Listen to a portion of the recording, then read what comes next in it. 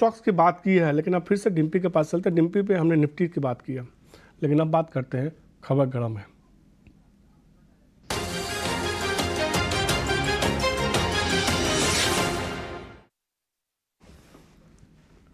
विधानसभा चुनाव के बाद डिम्पी लगातार ये चर्चा थी कि खबर गर्म है, ये मुख्यमंत्री बनेंगे, वो मुख्यमंत्री बनेंगे।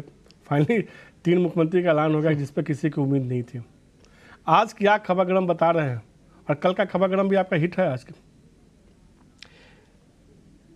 हाँ, कल का हमने जो खबर दी थी वो बताया था कि फर्टिलाइज़र स्टॉक्स को आप बिल्कुल ना छोड़ेगा, क्योंकि कुछ डोमेस्टिक फंड्स इसको ले रहे हैं।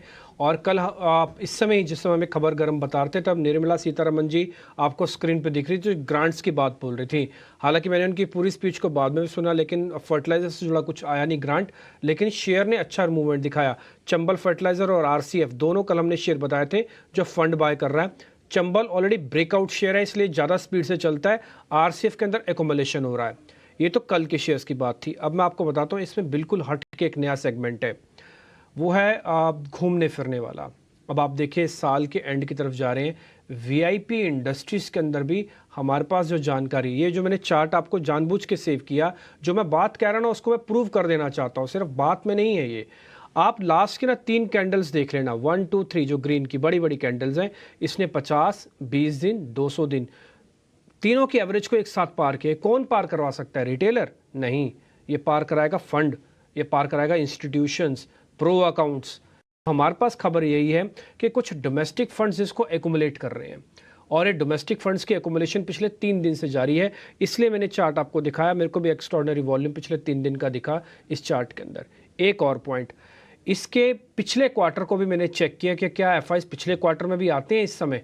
तो पिछले क्वार्टर में तो बाकायदा एफआईज ने और डीआईज ने माल बेचा था, दोनों ने होल्डिंग कम की थी, और कई ने तो 4-4% से भी अपनी होल्डिंग कम की हुई है। ये होल्डिंग कम करके वापस से खरीदने का जो प्रोसेस है ना, ये शुरू हुआ है वीआईपी इंडस्ट्रीज़ के अंदर। इसलिए मेरे को ऐसा लगता है इस शेयर पे आपको जरूर फोकस करना चाहिए, ध्यान देना चाहिए, अपने वित्तीय सलाहकारों से पूछना चाहिए।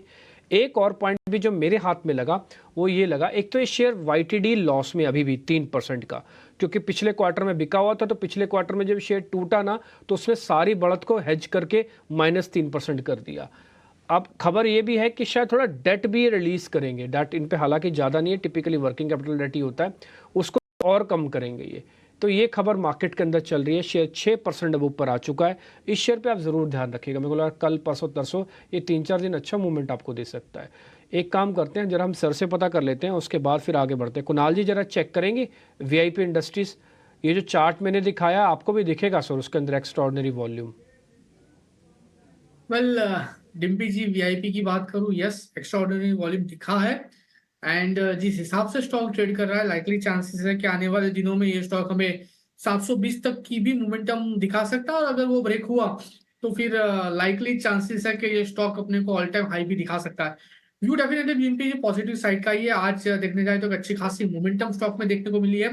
स्टॉक का ब्रेकआउट लेवल डिम्पी जी 616 का था, 616 क्रॉस करने के बाद अभी 650 पे ट्रेड कर रहा है। एंड रिसेंट का जो टॉप था 650 का, उसके ऊपर स्टॉक आ चुका है।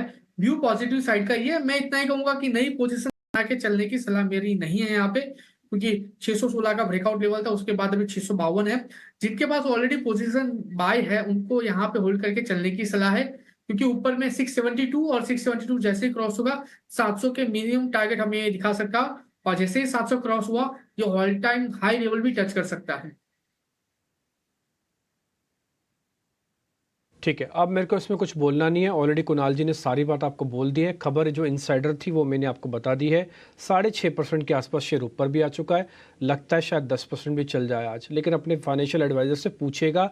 और मैं फिर से बोलता हूँ, अपने फाइनेंशियल एडवाइजर जिसको आप पे करते हैं ना, उनसे पूरा पैसा वसूल कीजिए, हर चीज़ पूछ के कि इतिना स्वदेश पे तो शेयर के बारे में बात हुई है, जरा बताओ क्या करना चाहिए क्या नहीं करना चाहिए।